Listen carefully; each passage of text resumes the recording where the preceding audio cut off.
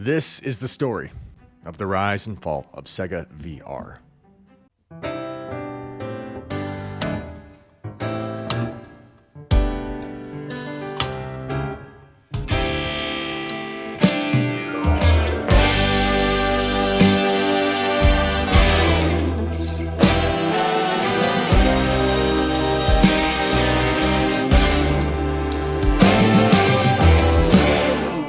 In the annals of gaming history, there exists a tale of innovation, ambition, and ultimately, a quiet disappearance. It's the story of SEGA VR, a virtual reality dream that never quite materialized. The genesis of SEGA VR can be traced back to the early 1990s, a time when computer graphics were evolving rapidly, teasing the possibility of immersive 3D experiences. With the success of the Sega Genesis behind them, SEGA of America embarked on this bold mission to just bring virtual reality to the masses in 1991. Now we're gonna pause right here. I have to. I shared just a little bit of footage of that commercial for the Sega Genesis from the 1990s, but I want to show you the whole thing. Can we just bask in this? My generation coming up in this. Let's see the marketing magic do its thing. Young Bobby Engels has a problem. He needs to earn the respect of his peers. So he gets Sega Genesis, the ultimate action system. And then he buys Mortal Kombat, the arcade edition, and the all-new Shinobi 3, and Marvel's X-Men. Now, things are pretty much okay. I said chocolate chip. Say it. Say it. Now, I'm not making fun of that commercial.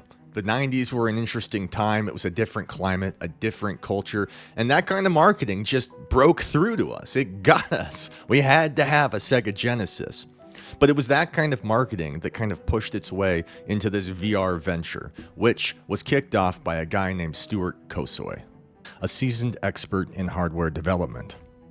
The vision for SEGA VR was grandiose, yet grounded in practicality. It aimed to offer a low-cost virtual reality experience, harnessing the power of the Genesis console. Okay, just put it on and tell me if it hurts. Will it fit over the glasses? Does it hurt? No! Head to answer. Oh! Oh! Why are you doing that?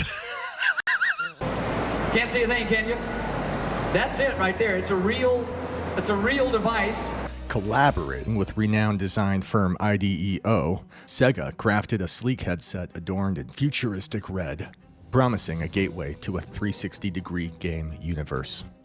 Sega forged ahead. They found a pivotal partner in Ono Sendai. Recognizing the need for affordable yet sophisticated sensor technology, Ono Sendai stepped in with the prototype that captured Sega's imagination. This partnership birthed a breakthrough, a compact sensor system capable of delivering seamless head tracking at an unprecedented price point. Prototypes emerged, each a testament to ingenuity and perseverance, from tearing apart video cameras for LCD screens to hacking compass coils for head tracking. The engineers pushed the boundaries of possibility.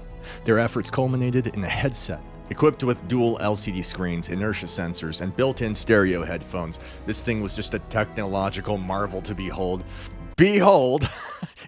It's not amazing. Stop. Zone 1. This radioactive zone is located in the desert. It is daytime. Alright, stop. God. Alright. Here we go. So, look, if I look up, I can just see the blue sky. Let me see, how far down can I look? If you look down, look. I'm like looking just at the dirt, so I'm look left. I'm not touching any buttons. Oh wait, there's an enemy. So what you essentially had were graphics on par with Sega Genesis, CD, Saturn, with a resolution that's been blown up thanks to the lenses. You could look up and down and left and right, but you couldn't physically do 360. If you look down, you could only look down so far. You look up, you can only look up so far. So already, it's kind of a bottleneck and not exactly what they promised. Summer CES 1993 marked the grand unveiling of SEGA VR, shrouded in anticipation and excitement. Promotional materials touted an unparalleled gaming experience, immersing players in vibrant 3D worlds. Journalists marveled at these early demonstrations, just envisioning a future where virtual reality transcended the confines of imagination. However, behind the veil of promise lurked concerns. Reports of potential health hazards loomed large, with fears of eye strain and motion sickness casting a shadow over Sega's groundbreaking venture. The resolution of the headset was deemed insufficient, which, who saw that coming? Not me, as a kid. And it raised questions about the viability of such a product and prolonged use. As Sega VR continued through its development, it was continually pummeled with safety concerns and setbacks and development issues, leaving the public to wonder if it was safe at all, and if the tech was even viable. Well, I think the one that was really fun and interesting was virtual reality. And we had a virtual reality headset, goggles and audio. And we started working with, I think, a guy named Jaron Lanier, who's sort of the father of virtual reality. And we went on to explore this area because we thought that would really be an immersive, great experience. And we had some games developed where you could put the headset on and literally enter a world and wander around that world in 3D. And it was really cool. The problem was you also tended to get motion sickness and fall over when you were doing this. So it was a little. We didn't have we didn't work out those details ever. And then there was this other thing going on back then. I think you probably remember this. Do you remember the epilepsy incidents with certain video game players? There was an incidence of it. Fortunately for us, it was mostly on Nintendo systems. But it was luminosity epilepsy or something like that. It's caused by the frame rate that games basically blink at, that you and I can't see, but our brain knows is going on. And this VR thing really set that off. With people who had that issue, this was not a good thing to allow them to wear. Despite trying to address these issues, including changing the pupillar distance between your eyes with the lenses, doubts persisted. By late 1994, Sega VR's fate was sealed, citing concerns from the public over safety and the risk of injury.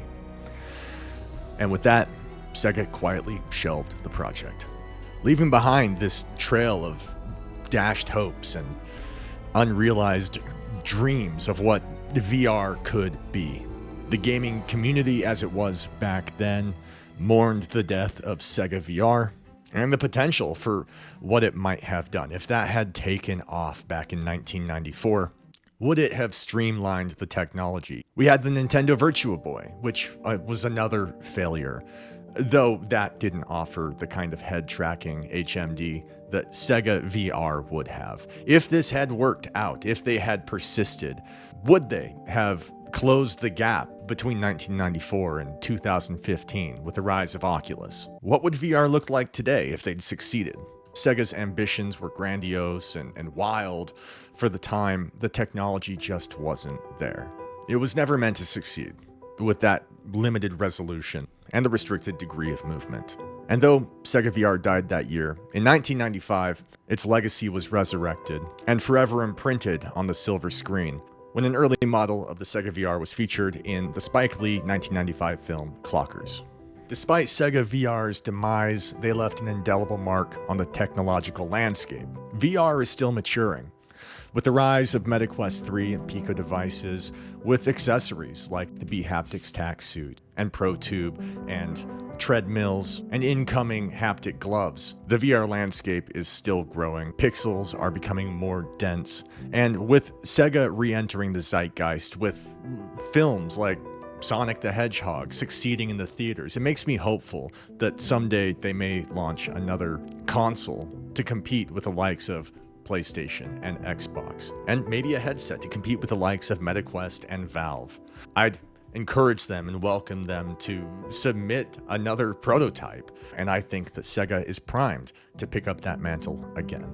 It's not outside the realm of possibility, and what we need more than ever is the democratization of VR, because right now it's limited to a handful of devices, and who better to pick up that mantle than the people who attempted to make it mainstream in the first place? Thank you for being here. I hope you enjoyed this. If you want to know about the SEGA VR1, which is an entirely different device, which saw some success and was actually placed in theme parks around the world, let me know in the comments. I'd love to make a video about that if it interests you. Thank you to my Patreon subscribers and my YouTube members. I don't think I have any of those. Please subscribe and like this video. It does me a world of good. You guys have been watching Bringhurst VR.